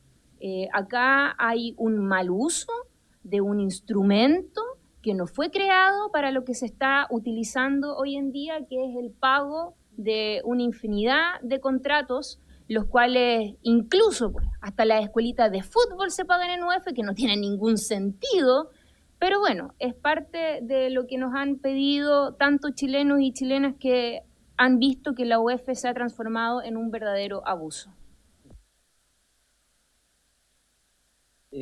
Un segundo, señora Michelle. Diputado Manucheri. No, presidente, yo creo que nos escapamos un poco del ámbito, creo, económico cuando los ejemplos son así al voleo, o sea, es decir, podría ser, mire, esto se podría subir tanto. Yo no conozco los estudios que digan que efectivamente eso acontece. Hoy día repito, la mayoría de los arriendos son en pesos y la gente se basa más bien por los valores del mercado. Es decir, mire, y en eso hay algunos que creen que incluso que el mercado se autorregula. Entonces, cuando se dan estos ejemplos, creo que la minoría son los que la minoría de los contratos hoy día en materia de arriendo están en UEF. Entonces, más bien lo que pareciera es que hay una pretensión de que la mayoría de los contratos deberían estar en UEF. Esa pareciera que es la pretensión que existe detrás de la exposición. Y yo evidentemente me quiero colgar también de lo que dice la diputada Chicardini. Yo creo que probablemente no vamos a llegar a similitudes. Y son posiciones que son encontradas. Evidentemente hay personas que van a defender los intereses de los consumidores y hay personas que van a defender los intereses de aquellos que justamente están de parte favorecidos con el arriendo en UEF, con un negocio que se hace. Yo no digo que los negocios para nada sean ilícitos, pero hay gente que es favorecida y hay gente que es perjudicada con esto. La Universidad de San Sebastián ¿tendrá sus arriendos en pesos o los tendrá en UEF? Son preguntas que sería siempre importante poder saber, porque ahí también nosotros podríamos saber si se benefician o se perjudican justamente con este proyecto. Señora Michel, nos pidió la palabra también el diputado Durán. Lo vamos a escuchar. Gracias, presidente. Solo manifestar mi desconformidad con las dos intervenciones que he escuchado recientemente. La señora Michelle Lavé nos vino a exponer, pero insinuar, o sea, directamente se dijo que ella estaría a favor del mercado y de las empresas inmobiliarias. Nos parece una descortesía que no podemos aceptar. Si hay de alguna manera posturas contrarias a esto, no podemos descalificar a nuestros invitados, menos con alguien que tiene autoridad académica e intelectual sobre estos temas. Así que eso quería opinar, presidente. Muchas gracias. Gracias, diputado Durán. Bien, señora Michel, le doy la palabra y luego de eso vamos a terminar esta parte de la exposición. Yo, presidente, por su intermedio, solo quiero dejar súper claro que yo no defiendo los intereses de nadie. Yo soy una trabajadora en la universidad, trabajo 10 horas semanales, no tengo idea cómo la universidad hace o paga sus arriendos, no sé si arrienda o tiene propiedades. Yo trabajo para la Universidad de San Sebastián y estoy orgullosa de trabajar para la Universidad de San Sebastián. Y me parece una falta de respeto que los diputados estén suponiendo, ¿no es cierto?, que la Universidad de San Sebastián, a través mío, está haciendo negocio. Segundo, no represento tampoco los intereses de inmobiliarias ni de bancos. No trabajo para inmobiliarias ni para bancos. Trabajo con sueldo y a diferencia de los señores diputados, a mí me pueden echar si hago mal mi pega. Los diputados Manucheri, por su intermedio, señor presidente, los estudios los dijo la presidenta del Banco Central. Existen estudios serios de que cuando los pagos se hacen en pesos, se paga el riesgo inflacionario. Y eso lo dijo la presidenta del Banco Central previo. Yo dije, no voy a repetir lo que la presidenta del Banco Central ya dijo. Yo entiendo perfectamente la posición de los diputados y que no les guste mi conclusión, pero yo les mostré números y no son números al voleo. 10% de 100 no es 120 y no es 108, es 110, no es un número al voleo. Los números no mienten y por lo tanto, aun cuando no les gustan las conclusiones de esto, lo que yo les mostré son números que dicen la verdad. Muchas gracias, señor presidente. Muchas gracias, señora Michel. Le agradecemos de verdad por su exposición, por haber tenido la paciencia también de esperarnos en el Zoom. Vamos a continuar nosotros con el debate y la dejamos liberada de esta discusión sobre la UEF. Muchas gracias. Bien, señoras y señores diputados, hemos terminado con la ronda de invitados que habíamos acordado hace algunos meses atrás, de expertos, para poder determinar algunos temas que no habíamos alcanzado a analizar en la discusión que tuvimos durante la discusión en general. Entonces ahora nos tocan dos cosas, una, fijar un plazo de indicaciones y posteriormente seguir en la votación en particular de este proyecto. Diputada Flor Baise, tiene la palabra. Sí, presidente, bueno, también manifestar mi opinión sobre la exposición de la economista Michelle Lavey, que efectivamente habla con números y habla con cifras que son absolutamente reales, más allá de lo que compartan o no los colegas. Me parece que es una falta de respeto también imputarle afirmaciones que no corresponden. Más allá de venir a no defenderla yo a ella, yo a cualquier invitado que esté acá, creo que se merece el mismo respeto y el mismo trato. Ellas vienen a exponer y nosotros sacamos nuestras conclusiones en base a las que ellos tienen. Si nos gustan o no, se define aquí en las votaciones. Y respecto a ello, quería pedirle, presidente, que solicitara la anuencia de la sala para que votáramos inmediatamente este proyecto. Creo que ya el debate está agotado. En particular, perdón, diputado Maniche. Bueno, estoy haciendo uso de la palabra, estoy haciendo un planteamiento que el presidente lo toma o lo deja. Eso es lo que yo quiero plantear. Gracias. Vamos a pedirle a Álvaro que nos pueda aclarar un poco cuál es el proceso del reglamento con respecto a la solicitud de la diputada Baise. Presidente, después de la discusión general, se aprobó en general, correspondía a la discusión particular, es decir, artículo por artículo.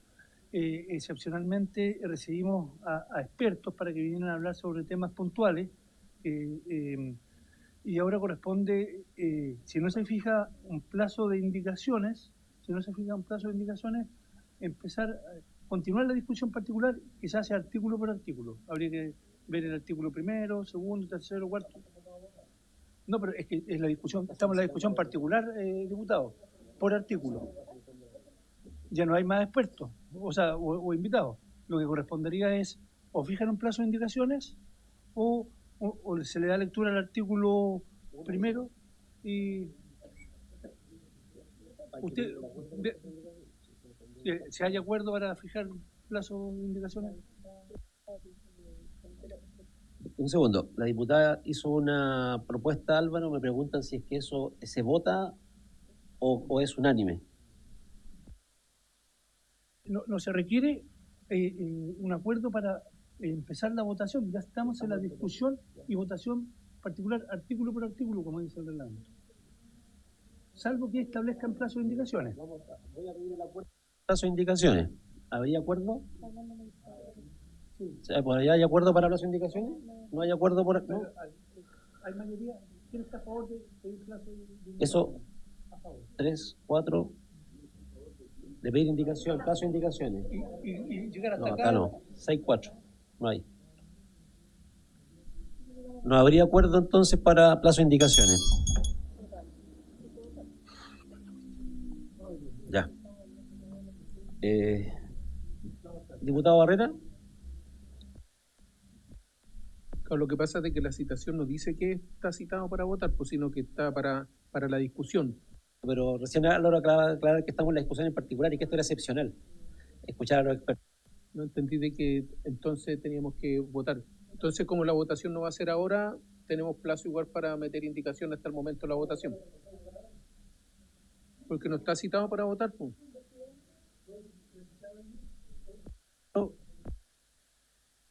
Presidente, efectivamente, la discusión particular está circunscrita a votar, a discutir y votar artículo por artículo. Excepcionalmente se interrumpió esa discusión particular para escuchar a expertos en cuestiones puntuales. El punto es el siguiente: se trata de un proyecto refundido.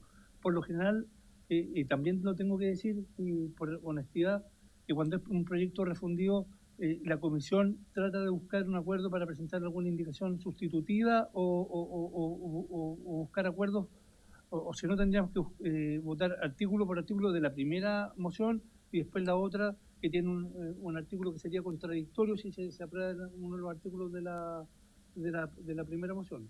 No sé, eso lo tienen que decidir ustedes. Eso fue un acuerdo. No. Ustedes ven lo que hacen. Diputado Manucheri.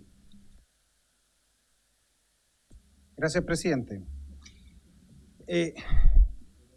Yo creo que nosotros en este proyecto abrimos un periodo de discusión para la discusión en particular. Y ese periodo que se abrió de buena fe, creo, porque justamente podían existir reparos respecto de algunos artículos de la discusión en particular, habiendo un proyecto aprobado en general. Entonces, nunca se ha fijado en esta comisión un periodo para poder presentar indicaciones. Entonces, la verdad es que nosotros llevamos no sé cuánto ya, 4, 5, 6, 7 sesiones, con los millones de pesos que le cuesta al fisco esas sesiones, para poder, en base a las discusiones que hubo, a los invitados que se hizo, el de esa manera poder mejorar el proyecto en algunos puntos que en el mismo debate nosotros nos hemos dado cuenta que hay puntos que son complicados, que hay puntos que nosotros no deberíamos aprobar y que hay otros puntos que deberíamos perfeccionar. Este además es un proyecto que está fusionado, es decir, son dos proyectos. Ni siquiera en este momento tenemos comparado, porque no se ha fijado plazo respecto de las indicaciones. O sea, el presidente no ha llamado a decir, mire, presenten indicaciones para mejorar el proyecto, porque evidentemente lo que nosotros estábamos haciendo era poder escuchar a diversos actores que pudiesen ir enriqueciendo el proyecto. Escuchamos al ministro de Hacienda. El ministro de Hacienda nos sugirió, antes de poder avanzar en las indicaciones, el poder escuchar a una serie de personas. Escuchamos al Banco Central, escuchamos a economistas, escuchamos a la Superintendencia de Salud, escuchamos a las universidades. Y todo ese debate que invitamos a estas personas es justamente para poder enriquecer con indicaciones, es decir, indicaciones que nos permitan el poder generar un proyecto que se haga cargo de las cosas buenas que pueden haber y que eliminemos las cosas malas. Entonces, pretender, presidente, avanzar en la votación así a mata caballo, me parece que efectivamente no tiene mayor sentido que simplemente el poder desechar todo lo que sucedió durante estas 3 o 4 semanas, porque si no, presidente, la verdad es que lo que hubiese correspondido simplemente es que usted no hubiese abierto este periodo de discusión con todos estos invitados, no hubiésemos perdido todo este tiempo, pudiésemos haber estado avanzando en otro proyecto y hubiésemos directamente, cuando aprobamos en general, haber dado un plazo de 5 o 6 días para presentar las indicaciones, hubiésemos presentado las indicaciones y probablemente aquellos que estaban en contra hubiesen votado en contra del proyecto. Entonces, me parece que es absolutamente irresponsable, presidente, en un proyecto además en donde han sobrado los epítetos de populismo, de poca seriedad, de responsabilidad, de un montón de cosas que ha sido lo que más ha sobrado, pero al momento de legislar pareciera que eso da lo mismo, porque ni siquiera se ha convocado a un plazo de presentación de indicaciones. Nosotros ya por ejemplo, hemos concluido respecto de los contratos a largo plazo, que en los contratos a largo plazo no deberíamos nosotros entrar en esa materia, en los contratos del sistema financiero. Eso ya ha sido materia de, podríamos decir, de acuerdo en esta comisión. Pero hay otros contratos que efectivamente nosotros deberíamos avanzar, como en materia educacional, que es parte de uno de los proyectos que he fusionado. Entonces, pero para que eso pueda avanzar, nosotros necesitamos, presidente, un plazo razonable para poder presentar indicaciones que se hagan cargo posiblemente de eliminar estos espacios de... presidente, disculpe. Este espacio de, que tenemos que tener nosotros para poder perfeccionar el proyecto. Evidentemente, presidente, nosotros estamos llamados a hacer esto de manera seria y eso yo creo que dice relación con que usted en su atribución pueda dar un plazo razonable, probablemente una semana, para que votemos quizás hasta total despacho, si quieren despacharlo rápidamente, en la próxima sesión. Podemos perfectamente, si quieren, citar a 2 sesiones, citar una sesión extra, pero yo creo que es lo razonable, porque si no lo que va a pasar es que este proyecto va a salir de la comisión, va a ir a la sala, y en la sala las indicaciones probablemente van a poder ser ingresadas en la propia sala, y va a volver a la comisión. Entonces, la verdad, presidente, es que yo entiendo las pretensiones más bien políticas que puedan haber respecto de eso, pero yo creo que también hay que ser lo suficientemente responsable, presidente, con los ciudadanos, y después probablemente la comisión poder ejercer todas las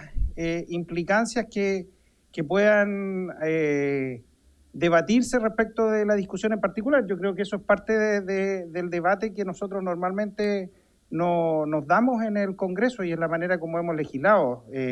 Por tanto, yo creo que además, considerando que no hemos sido convocados a votar este proyecto, hay autores del proyecto que no están presentes, entonces yo creo que eso más bien obedece a querer avivarse simplemente para poder aprobar con una mayoría circunstancial o rechazar con una mayoría circunstancial situaciones que no están, porque la convocatoria nuestra dice bastante claro, dice: orden del día, esta sesión tiene por objeto continuar la discusión en particular de los proyectos refundidos, iniciados en moción de los diputados Manucheri, Barrera, Bernales, Soto y de las diputadas señora Ana María Bravo, Daniela Chicardini, Javiera Morales, que modifica diversos cuerpos legales para eliminar la unidad de... Diputado Manucheri, disculpe, me dice Álvaro que por reglamento cada parlamentario tiene un máximo de 5 minutos para intervenir en comisión. Hasta 2 veces por... Justamente, entonces ahora tenemos que continuar dando la palabra a la diputada Flor Baise y posteriormente a la diputada Chicardini. Sí, bueno, nosotros, yo en particular hice el planteamiento de votar ahora. Si ya se definió que el que está lo que está en la tabla es precisamente iniciar la discusión en particular, y eso es, lo dijo la sala, el secretario, perdón, que es iniciar la votación. Usted planteó el plazo para discusión, para indicaciones, no se aprobó. Por lo tanto, lo que hay que hacer es continuar con la votación, y si es por indicaciones la puede presentar el diputado Manucheri después en la sala, ahora que se da cuenta que el proyecto no es tan bueno, y se habla de oportunismo político. Cuando él tuvo presidente, incidentalmente no se fijó que había nadie en la oposición y simplemente aprobaron el proyecto inmediatamente. O sea, eso lo podrían haber considerado en ese momento, si hacemos ese punto más bien político, que es el que hizo también él. Así que yo le pido, presidente, que empecemos y continuemos con la votación.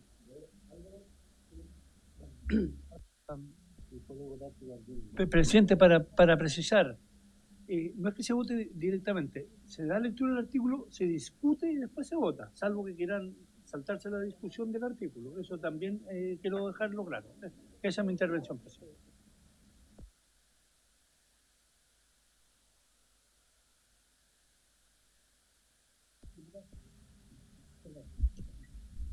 Sí, presidente. Yo la verdad es que vengo de una comisión hace un rato atrás, que de hecho le compartía mis frustraciones como parlamentaria al secretario de esta comisión, en donde precisamente no hay espacio para debatir en este Parlamento. O sea, acá hay comisiones en donde está conformada por diputados y diputadas que pareciera ser que a mata caballo les gusta avanzar en iniciativas legales que tienen un efecto en la ciudadanía. Obvio, yo escucho ahí a la diputada Cid, obvio que tienen un efecto. Entonces, ¿les parece responsable? ¿Les parece serio discutir un proyecto en donde, quiero decirle con mucha claridad, presidente, hemos mostrado voluntad política para perfeccionar la iniciativa? Dimos un espacio para que pudiésemos escuchar a los invitados de distinta índole, académicos, desde el Banco Central, profesionales, desde una mirada, ¿no es cierto?, de la salud, de la educación, incluso de los consumidores, porque hemos querido legislar de manera responsable para poder sacar un proyecto que sea acorde a nuestros objetivos de fondo, y que era precisamente regular algo que ya no está regulado en nuestro país y que tiene que ver con el mal uso que se ha hecho, ¿no es cierto?, de poner contratos en el que todo se tenga que pagar con UF. Y para nosotros creemos de que es algo que nosotros debíamos también abrir como discusión en este Congreso Nacional. Entonces, presidente, cuando usted me dice, y vámonos a lo procedimental, para no quedarnos, ¿no es cierto?, en el fondo del proyecto, vámonos a lo procedimental, que es competencia suya. Si acabamos de escuchar hoy día a invitados e invitadas, ¿no le parece razonable que nosotros a lo menos tengamos el espacio para poder perfeccionar el proyecto a través de indicaciones?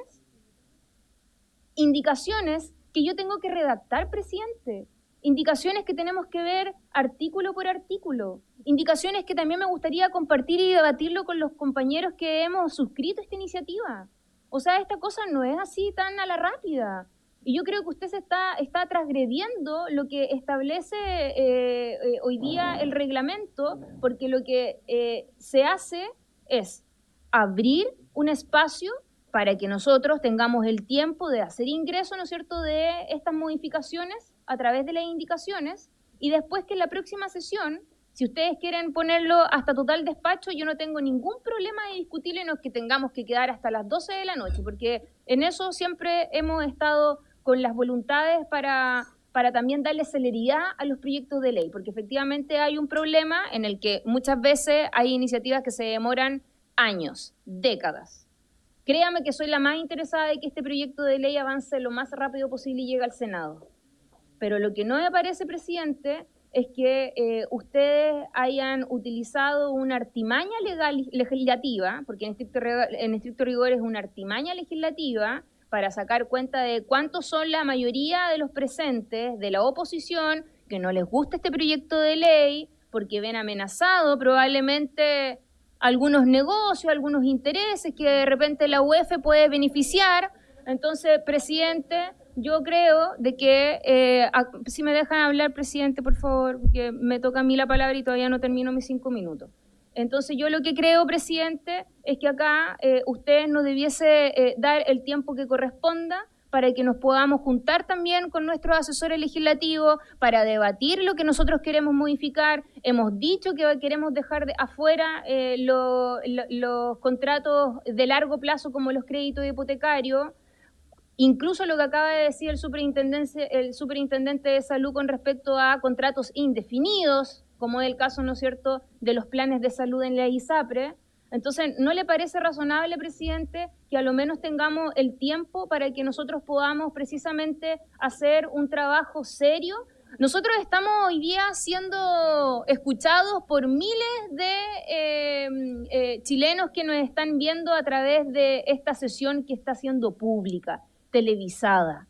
Entonces yo, a lo menos, presidente, quiero dejar en acta este llamado de atención, que ojalá todo Chile sepa que acá hay algunos que quieren sacar esto bien rapidito para que ojalá fracase en su camino. Y además les quiero recordar que cuando se votó la idea de legislar, habían muchos de los que no estaban acá presentes, porque normalmente no vienen a la sesión. Entonces, cuando hay proyectos que sí les toca la fibra, corren y hacen, ¿no es cierto?, todo para poder estar, ¿no es cierto?, con las mayorías correspondientes. Entonces yo les pediría también la misma seriedad con la que nosotros hemos actuado y creo yo, presidente, que lo mínimo es que podamos también tener el tiempo suficiente para poder hacer ingreso de las indicaciones como corresponde. Diputada, antes de darle la palabra al diputado Barrera, diputado Durán, la diputada País y la diputada sí, yo quiero dejar una cosa en clara. Hemos seguido el procedimiento, ustedes han sido testigos de cómo hemos actuado en esta mesa. Primero que todo, terminamos de escuchar a quienes eran expertos, a solicitud, ¿cierto?, del mismo ministro Marcel, ministro del Gobierno, ministro de la bancada de ustedes dos, no es de nuestro sector, primero que todo, no es de la oposición, ¿ya? Segundo, no transgredimos ninguna norma. ¿Por qué? Porque se colocó en votación a mi solicitud el poner indicaciones en este proyecto, un plazo de indicaciones. Y se perdió 6-4 con mi voto incluido a favor. Así lo hizo usted, diputada, discúlpeme. Entonces, me dice Álvaro que para poder colocar indicaciones necesito tener la unanimidad de la comisión. Precíselo, por favor, Álvaro.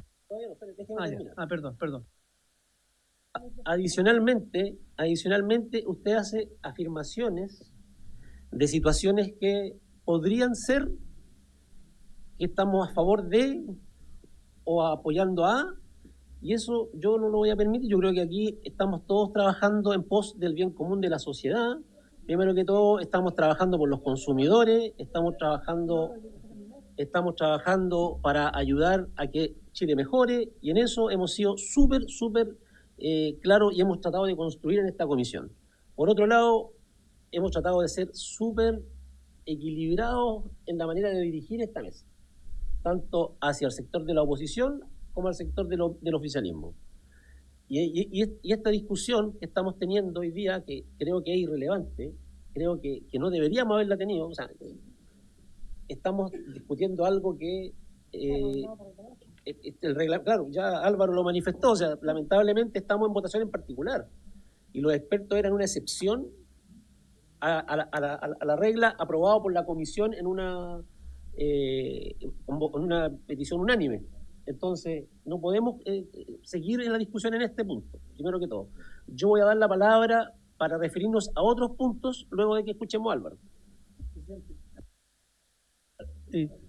Lo que yo le dije fue que si quieren modificar el acuerdo de que no se puede fijar plazo de indicaciones, requiere unanimidad. Lo que no obsta a que, si no se despacha ahora, en la próxima sesión las y los señores diputados presenten indicaciones. Pueden presentar indicaciones, pero se requeriría unanimidad para fijar plazo de indicaciones. Los acuerdos se revierten por unanimidad, diputado. El 196 creo que es el relevante. Déjeme buscarlo. La palabra primero. 190 o 199. No, pero creo que no está en el reglamento. Diputado Barrera, por favor. Dale Barrera.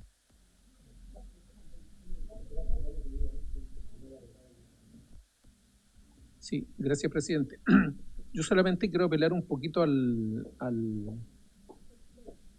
fair play, claro, porque esto que está sucediendo ahora después puede suceder con otro proyecto, y la verdad es que, por ejemplo, hubieron exposiciones, o sea, en las exposiciones que se hicieron hoy día hay cosas que a mí me hacen sentido, y me gustaría estudiarlas para hacer una indicación, y no votarlo así como está, porque hay artículos aquí que son o todo o nada, ¿me entiendes? Dice todas las cosas que se han cobrado en UF, y hay cosas que a mí me hacen sentido. Y me gustaría poder meter la indicación, pero no puedo en este momento porque tengo que verla con mi equipo, mi asesor se tuvo que ir. Entonces, viene la semana distrital y podemos votar a la vuelta. O sea, no sé cuál podría ser el problema de esperar una semana más para presentar indicaciones, porque yo quiero meter indicaciones de acuerdo a lo que escuché en las exposiciones que dio principalmente el de REAS, no, ¿cómo se llama?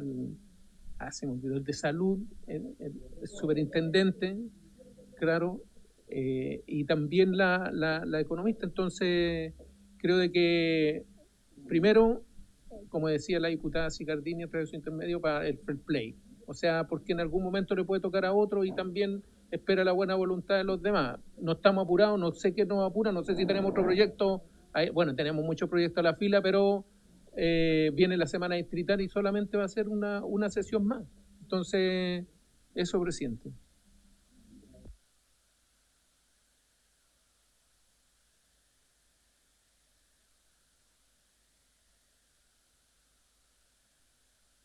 Ahí sí. Gracias, presidente. Bueno, las reglas están hechas para cumplirlas. Aquí el secretario ya nos dijo cuál es el procedimiento, y si no nos ajustamos a lo que mismo nosotros hemos coincidido en respetar, que es el reglamento, entonces estamos de más, ¿ya? Transgredamos todos nomás, y esto no es un tema de buena voluntad, ¿ya? Aquí hay mayorías que operan, y en esa condición hemos votado. No sé si ya podemos votar también incluso el cierre del debate, ¿ya? Ahora los diputados tienen la oportunidad en la votación de cada indicación de presentar una indicación. Ahí tienen la oportunidad. Podemos empezar a votar entonces, presidente, y no nos dejemos amedrentar por discursos que no corresponden.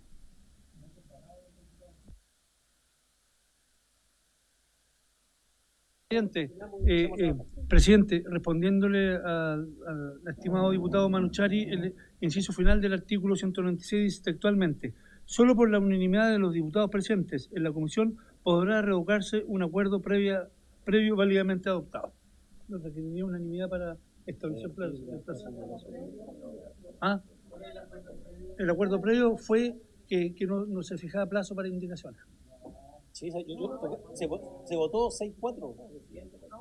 6-4 y tocaste la campana. O sea, siempre se acuerda, por lo general es en unanimidad, no se vota. Por lo general nadie se opone. Pues. Nadie se opone y se entiende que...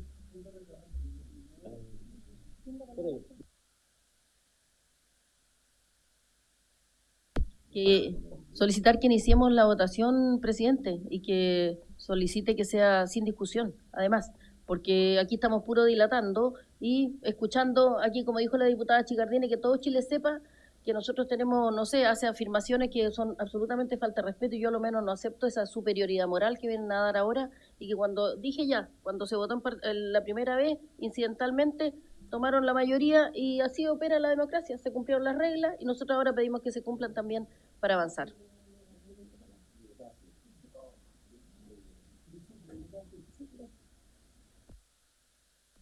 Presidente, por su intermedio me gustaría que el secretario me explicara, porque dice que aquí esta sesión tiene por objeto continuar la discusión particular de los proyectos de ley refundidos, y yo entendí recién que había que refundirlos después de esto. Eso, pero en algún minuto cuando nos explicó el tema de los artículos dijo que iba a tener que leer cada uno de los proyectos. Eso fue, por eso pregunto. Gracias.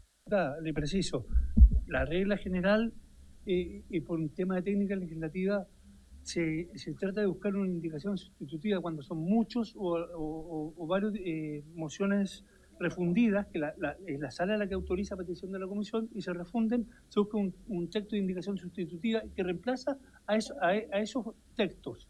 Y sobre eso se trabaja, pero también se puede votar por cada proyecto refundido.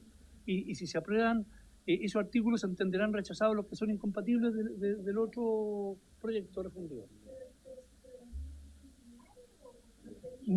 Sí, se puede. Lo que pasa es que el segundo proyecto tiene artículo único y se refiere a las ISAPRES, que está abordado en el primer proyecto. Se entendería rechazado el artículo único del proyecto de la segunda moción. Son muy parecidos.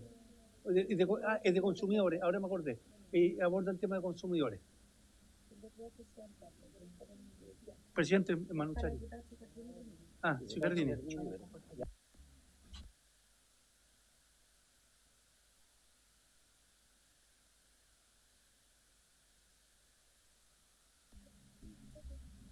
Ahí sí. Sí, yo, presidente, le quería señalar a usted en particular que no correspondió, si es que lo nombré a usted como presidente. Yo más bien me refería a la forma en la que se había dado, ¿no es cierto?, esta votación, porque eso es querer amarrar de manos el espacio democrático de poder expresarnos a través de las indicaciones en esta comisión.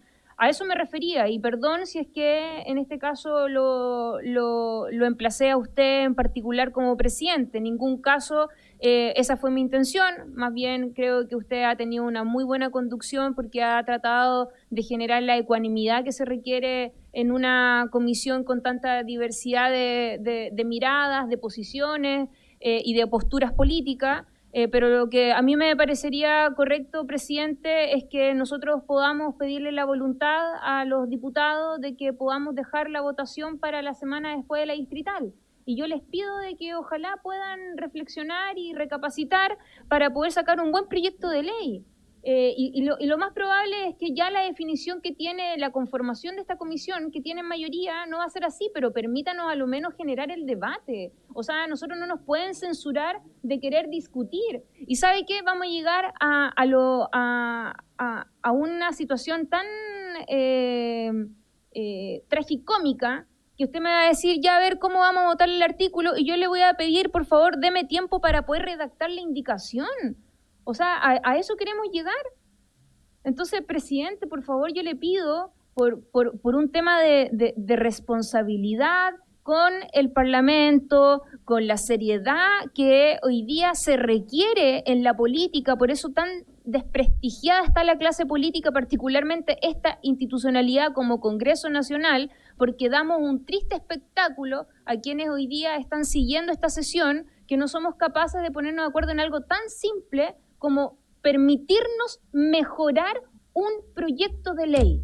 ¿Cómo no va a existir ese sentido común en esta sala de permitirnos perfeccionar una iniciativa legal para que quede mejor, para que sea un proyecto que a lo mejor se ajuste a cuestiones comunes, que podemos llegar incluso en acuerdo con la oposición?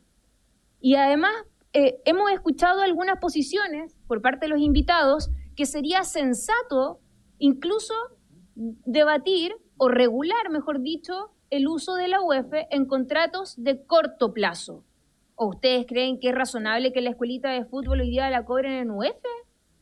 Los gimnasios lo están cobrando en UEF. Eso en ningún lado es serio, presidente. Acá ha existido un abuso de este instrumento que efectivamente mide la inflación, pero se está como utilizando como una nueva moneda en Chile. Y eso no es justo para los consumidores, eso no es justo para ningún chileno y chilena. Dejemos de lado los créditos hipotecarios, pero, presidente, permítanos mejorar el proyecto de ley. Eso es lo que nosotros estamos solicitando, no es nada más ni nada menos hacer nuestro uso del derecho que tenemos como parlamentarios. Entonces yo, por favor, presidente, le pediría, por favor, que sea hoy día usted un presidente que dé el ejemplo, que genere, ¿no es cierto?, las condiciones de ecuanimidad, que entregue las garantías en su conducción y que vuelva a solicitar la votación para que nos permita dar un plazo razonable de indicaciones. Siquiera nos dice de aquí a mañana, y yo no tengo problema de hacerle ingreso a las indicaciones mañana, y llama a una sesión extraordinaria durante los próximos días, a primera hora en la mañana a las 8, y a las 8 de la mañana estoy el día jueves, porque tenemos sala para votar el proyecto de ley si quiere.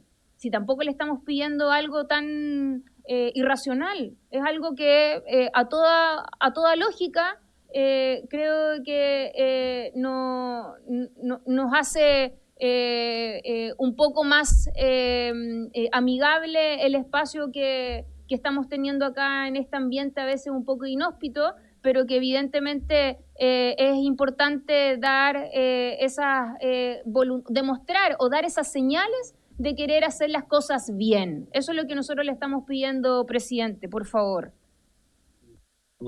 Bueno, Álvaro me dice que podemos pedir la palabra como parlamentarios hasta 2 veces, hasta 5 minutos, por si acaso. Entonces ya hay parlamentarios que han pedido la palabra más de 2 veces y por lo tanto tengo que darla a otros parlamentarios también. Ya, vamos a comenzar la votación, son las 7:25. Sí, se la pidió, diputado. Sí. Vamos a partir con la votación, con la lectura del artículo 1. Y se pone en discusión. Son las 7:25 los que han Presidente, sido de comisión. le voy a dar lectura a la moción a la moción de a la oración 15.779-03 ¿lo tienen ahí? De los diputados Barrera, Alejandro Bernales, Ana María Bravo, Cicardini, Manuchari, Morales y Leonardo Soto. Artículo primero. Incorpórase en el artículo 20 de la ley 18.101 que fija normas especiales sobre arrendamientos de predios urbanos, un inciso final del siguiente tenor. La renta de arrendamiento deberá ser establecida en pesos. Eso dice el artículo primero, estimado señor presidente. Bien, ofrezco la palabra. Diputado Nochero.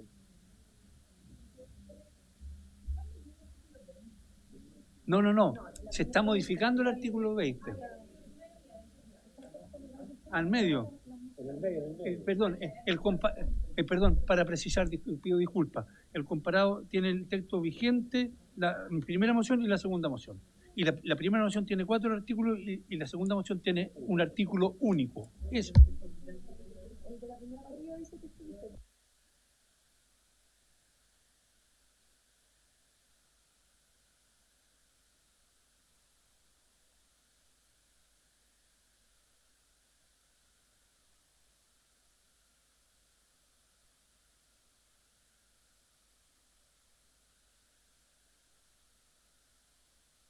palabras, si puede el secretario, procedimiento. Como son dos proyectos, ¿cómo funcionaría si este primer artículo, cuál es la relación con el otro artículo? Porque como no hemos tenido tiempo de poder dejarlo.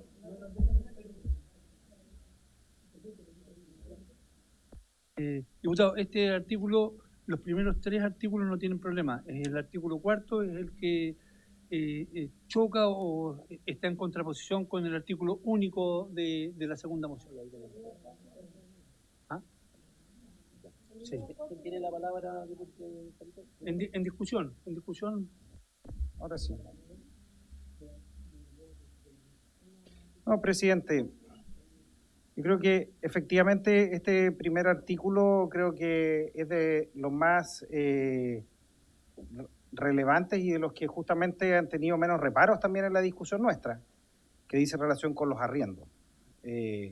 Nosotros hemos visto cómo en esto se ha generado un abuso que golpea a la gente, porque los arriendos hoy día, una parte significativa de ellos han comenzado a ser usados en unidades de fomento.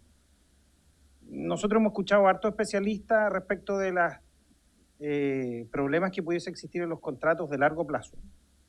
Pero en los contratos de corto plazo, como aquellos que dicen relación con los arriendos son fijados a 12 meses normalmente, en esto no existiría un mayor problema en poder regular y en hacer que los contratos fuesen exclusivamente en pesos. Esto es muy relevante porque nosotros vemos que el mercado inmobiliario ha tenido un proceso de expansión a un punto en donde ya los arriendos no son de una o dos personas que tienen como una pequeña inversión. Lo que nosotros hemos visto es cómo inmobiliarias completas tienen todo un edificio a disposición de arriendo. Esto lo que genera es un poder de mercado excesivo, que lo que nosotros hemos visto es cómo los precios de los arriendos a la gente han ido subiendo de una manera bastante grotesca. Esto ya es algo que ha sido advertido en muchos países. Esto es materia de debate en muchos países. En muchos países esto se ha logrado legislar justamente para que los reajustes que existen no puedan ser ajustes de manera desproporcionada. Y los que hacen estos tipos de ajustes no son los países bananeros, sino los países OCDE, los países desarrollados, que han entendido que es importante el poder regular el acceso de las personas a la vivienda, que una manera significativa de ese acceso es mediante los arriendos. Entonces, es paradojal que el argumento de algunos para decir, no, mire, nosotros tenemos que oponernos a que se prohíban los cobros en UF, porque de esa manera haríamos difícil el crédito y el acceso a la vivienda, por un lado, dicen eso, y por el otro lado dicen, no, pero mire, tenemos que permitir que se cobre en UF, o sea, que hagamos más difícil el acceso a los arriendos. Nosotros creemos que este artículo, bajo ningún punto de vista, genera un efecto complejo para la economía, nos genera un efecto complejo para el sistema y nos parecería del todo razonable, presidente, que esta indicación se pudiese aprobar, porque creemos que justamente es de las partes razonables y que los distintos especialistas han señalado que es importante el poder legislar. No hay quórum. Bien, entonces, bueno, vamos a dejar la discusión hasta aquí. Así que, por haberse cumplido el objeto de la sesión, La democracia. esta se levanta.